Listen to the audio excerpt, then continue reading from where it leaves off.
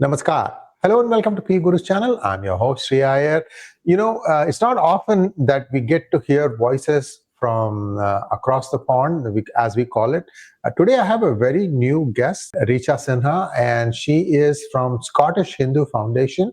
We are going to be talking about the recent resolution that has been passed in Scotland about Hinduphobia. It's probably a first one of its kind recognized by a government. Now, you might ask me, so if it is passed in Scotland, what is the significance? There is a lot of significance for that. Let's first welcome our guest. Richa ji, namaskar and welcome to PGurus channel. How are you? Namaste, Sree ji. Thank you for having me. So, Richa ji, congratulations. First of all, you and Scottish Hindu Foundation and many other organizations worked really, really hard to bring this thing about, to make the government accept that there is something called as Hinduphobia. And this is the journey that we're going to be talking about today, viewers. So please first like this video, because this is something that I would like to see, and I think Richa ji would like to see replicated in many countries, because Hindus as an organization, only now we are realizing that, look, if we don't get together and stand for what we believe in, we are going to be, this is the same thing that, Congressman 𝗟𝗜𝗡𝗏𝗧𝗏 started with me, saying that if you are not at the table, you are on the menu. So this concept applies everywhere. So let us first step back a little bit, Richa ji. Talk to us a little bit about Scotland and its significance, because Scotland pops up every once in a while when there is a referendum that Scotland wants to secede from the United Kingdom, and then it goes away because it's always a closely run word, but finally they'll remain with the United Kingdom. So talk to us a little bit about, is the government in Scotland sort of autonomous, or is it fully a group? I think our viewers would like to know about that. Yes, it's a very good question to start with, Sree ji.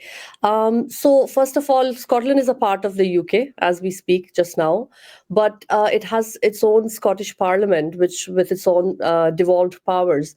So apart from, say, Home Affairs, your Home Office, and Immigration, Defence, some of these things are with the UK Parliament, but all the other, in fact, some of the Equality Acts as well, all the other powers are with the Scottish Parliament, which means they legislate and they, enforce it in Scotland. A lot of people get mixed up. People, even in England, a lot of the times people think that in England what's happening, because of being in the same country, it can be replicated in Scotland, but that's not the case. Scotland has a very unique identity. In fact, it's one of the only European countries, from what I know, or country in the world that has got a large pagan population. It's the fourth largest recognized religion in Scotland. So it's very deep rooted in its inherent culture, and becomes like a melting pot for other cultures that come in, other religions that come in as well, just like America. So when a Hindu person comes to America, they come into the melting pot of being the American Hindu, and it's very similar. The Scottish identity is very, very unique, and it's very different from the English identity as well. To answer your question, a lot of the powers and legislations happen at the Scottish Parliament level. There is an election coming next year, and MSPs, which are the members of Scottish Parliament, is different from MPs, which are members of Parliament. So every constituency will have an MP and an MSP. MSP will represent us in the local Scottish Parliament, and the MP will be the member of Parliament of the UK Parliament. So it's something like MLA and MP in India, because Scotland can be thought of as a state within the country of United Kingdom. Although it's more than that, because the autonomy and power enjoyed is much more. And yes, thank you for that. And now let's talk a little bit about Richa Sinha, the person. Talk to us a little bit about your background. And I know you are a professional working with a full-time job. I don't know how you find time to do all these things. I'm just amazed. So over to you, Richa ji. So yes, as you said, I'm a dentist by profession, and that's my day job, as to say. How I got involved in Hindu advocacy is really by chance and very recent, almost after COVID. like a lot of us, we were all looking for purpose, and there was some advocacy groups that I joined, and one thing led to another, and before you know, we were in the front line when it comes to Hindu advocacy in Scotland. So after COVID in 2020, there was a Faith and Belief Committee that the government announced, because they realized that the faith communities in Scotland have had a big role to play to make sure there's well-being of a community is maintained, and they were interacting directly with the government, be it around how to get help across, be it around how to form support. But the government was looking to organize this sector, so they formed this Faith and Belief Community, and all the faith communities were very organized. They already had Scottish bodies. Hindus were the only people who we did not have a Scottish body. Actually, Jains don't have, Buddhists don't have, but Hindus were one of the primary religions that were in significant force, but yet did not have a Scottish body. So when my name was given, because I was already active in this space with some senior members, and before we started sitting on the table, at least, which was the first step if you don't want to become end up on the menu, as you said. And when we sat on the table, we realized we needed a Scottish body. It's a lot of individuals were doing very good work across the spectrum, but when a Scottish body was to be formed, we could talk on an organizational level, and this is what other faith communities were doing. So we learned very quickly. And the first thing which we did, which I find out was more unique as compared to other organizations when I meet them in America, is rather than going and started doing this ourselves or picking the people who were already active, we went to the mandirs. And the mandirs became our driving force and the decision makers. So we went to every mandir, and it's a small community. There are about 8 or 9 mandirs.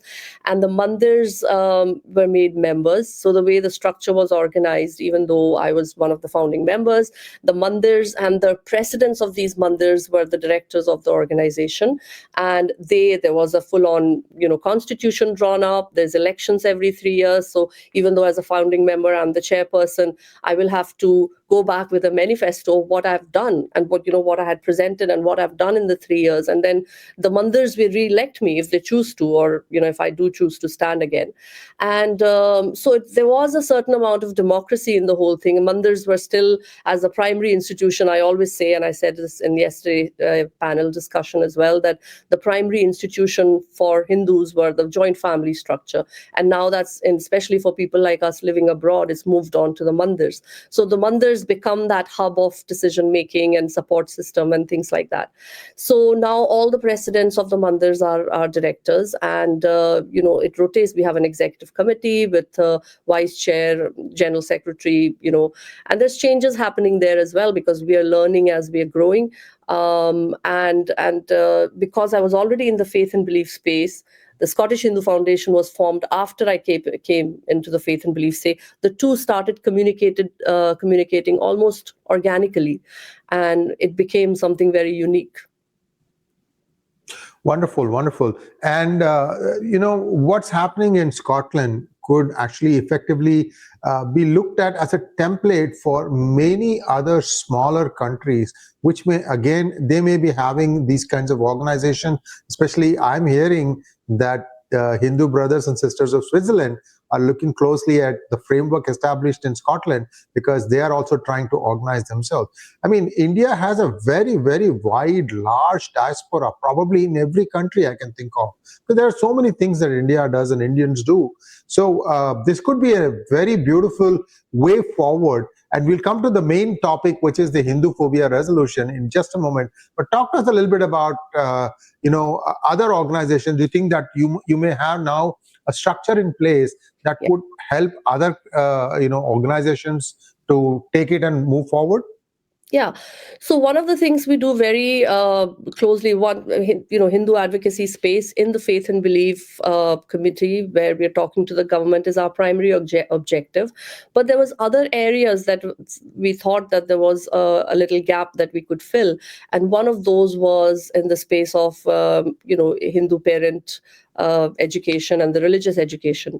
So we formed a Hindu Parent Council whereby we have a representative from schools schools where Hindu children are studying, and the representative literally is just a safe space to talk to and discuss what's happening in every school, be it positive or not so good, and then give support where possible. We work with organizations like Hindu Education Board, to help them more support. In fact, yesterday I met some great organizations, American Hindu Foundation being one of them, who are doing really good work in schools. So we're looking to bring the expertise of these and in the Scottish framework, and we already have some great success because, again, as I said yesterday, being that much closer to the proximity to the problem, we are now directly liaising with the religious education committees in the Scottish government. So if there was a problem, or if there was, we are directly liaising with the people, and they rely on us quite heavily as well, because they know that we are a democratic structure. We're not just a group of 3 or 4 friends who've come together, and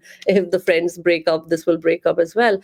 They know all the driving factors are the mandirs, who are the grassroots level organizations and the pillar of strength from what we do and where we come from. Everything goes into a regular meeting. The mandirs sit on the board, and then they decide whether we want to go ahead. But our job, because mandirs are already very busy running their day to day, our job is to present with the new legislations, the policies, and how we can come on par with other faith communities where we are lagging behind, and they rely heavily on our work to take a decision. So Hindu Parent Council is one. 𝗤𝗏𝗧𝗧 Works, that's another initiative, which is where, we want to bring more Hindus to come and take part in the political spectrum of Scotland.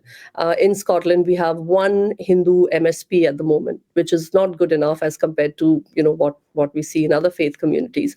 A lot of it is because people don't understand how the Scottish politics work. So one of our initiatives is called 𝗤𝗏𝗧𝗧 Works, which is dharma and democracy, and where we ask our members to become members of political parties. They can choose. We work with all parties, so we make sure that it's always made clear that we support, we want to get support from all parties, and whichever party you want to choose, we will, because we are working with all different parties, we can put you in touch with there. You can either become a member, or you can become more active and become a local councillor, MP, MSP. So the work is, even though we've existed only for a few years, the work is happening very fast. And again, because Scotland is small in that way and it's very centralized, we are able to, communicate with the center, the power center directly. Thank you so much. And now let's come to the crux of the thing. This resolution about Hinduphobia. Talk to us a little bit about how this happened, because there were some MSPs, members of Scottish Parliament, who also worked towards this goal. Talk to us a little bit about where it started and how long it took. And congratulations once again. It's not something that, let's take an example, like for example, in United States, the state of Georgia has passed a resolution about Hinduphobia. But there are still 49 more states. And what does it really mean that, a resolution has been passed? So maybe you can just walk us through what happened and then the significance of that. Yeah, so again, very important question, because there's, all these words are different in different countries.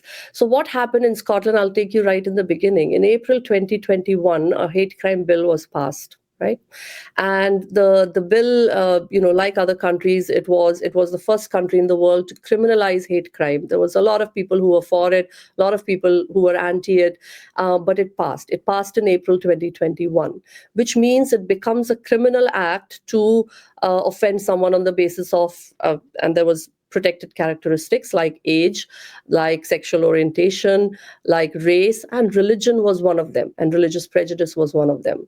So when this bill was passed, it was around the same time that we had formed, and this was actually one of the first consultations that we worked on, because when we started looking at what the government's knowledge of Hinduphobia was, because now we had to be at par with Islamophobia and anti-Semitism and other forms of hate, because now it was very real that in the event of two, say, faith communities clashing with each other, if the government and the justice services and the police knew everything about one kind of hate crime and nothing about a different kind of hate crime, that could lead to a potential problem that could, really become big, especially for us Hindus, where in Scotland, for whatever reasons, most people don't even know who Hindus are. and what our religious belief system is. In fact, as a brown person, you're very routinely asked questions like, if you are fasting, you would be asked if you're fasting for Ramadan, not realizing that, a Hindu person could be fasting for, their own festivals. So one of the things that the Scottish Hindu Foundation is doing is around awareness. But this became an immediate issue for us, because when we started talking to the local bodies, they did not know enough about it. The government had set up a hate crime committee, which was doing, after the bill was passed, there's an area where the 2 years they look at how the bill is going to come, on display, what are the challenges. So there was a consultation floated. And in this consultation, very quickly, we put a glossary of Hinduphobic terms, and we submitted it to the Scottish government. And it had all the words that we, considered Hinduphobic. And we took a lot of inspiration for that particular glossary from American Hindu Foundation as well. While the government was deliberating on it, it gave us some time to produce this document that we call the Hinduphobia Policy document. And the policy document was based around the fact that rather than going and doing a survey and other things, we wanted to trace back a little bit. We wanted to step back, and we said, okay, what is Hinduphobia or anti-Hindu hate? Because we've used the two words, interchangeably in our document because of various reasons. A lot of people don't agree with the word Hinduphobia. We've said, for the intents and purposes of this discussion, we are going to use the two words interchangeably, but we've also described why we've used Hinduphobia. And again, that's the whole discussion, separate. But then we started talking about why this policy document was important, because of the knowledge of the current legislative bodies, the government, the local counseling on Hindus and Hinduphobia. So, there was no ethnographic study. There was the reporting systems were either broken or they were not really adapted to the Hindu scenario. The police did not know enough about it. The justice services still don't know enough about it. So even though there is a lot of we've come into the focus because of this motion. It's not a resolution, it's a motion. And motion is merely a discussion that starts a discussion in the Scottish Parliament. But that is kind of much later. A lot of work has happened before that. And we were going around to all different political parties, to all the police. In fact, in January 2025, we held the first Scottish Parliament reception on Hinduphobia, where Bob Doris is an SNP MSP. He chaired the motion, and we had people from other parties who came and attended it. And we talked about the Hinduphobia, and we invited interfaith bodies, we invited police, we invited defense services in that, and all our mandirs were present. And there was a frank discussion that happened. So, the momentum has been building in the background, and a lot of work has to continue going forward as well. And this is what I want everyone to understand. It's not a one thing that one motion is passed. Motion is merely a conversation that started. And now we have to, and from what I know, only SNP has supported it so far. There's about 4 or 5 MSPs who've supported it. We have to do a lot of work in the background to make sure that there is more movement behind it, more people come behind it, and they say why it's needed. And we are very confident that it will happen, because the work has been going on for almost 3 years on this. And then eventually, when the motion is passed, the conversation, we are hoping for a cross-party group. We're hoping for a working group to be formed on Hinduphobia. So again, this is a slow burn. This is going to go on for a few years. But the advantage of that, once it does happen, is that we will have very sleek systems and processes in place for someone who would want to report a hate crime or Hinduphobia, anti-Hindu hate. Wonderful, Richa ji. And see, you've really laid out the path that most democracies follow. So this is something in similar ways it's going to play out in other places also. Other countries, organizations there can learn from this. And certainly you've become a trailblazer in that. Congratulations to you. Who knows, Scotland could secede, and suddenly it'll be much more of an important role in the world economics and world politics. Thank you so much, Richa ji, and I wish you and your organization all the best from all of us at PGurus. And viewers, please encourage Richa ji. This is not easy, because once you get into politics, that becomes a full-time job. How you are handling both these things, these are like two horses not necessarily going in the same direction. Thank you so much. Namaskar. Namaste.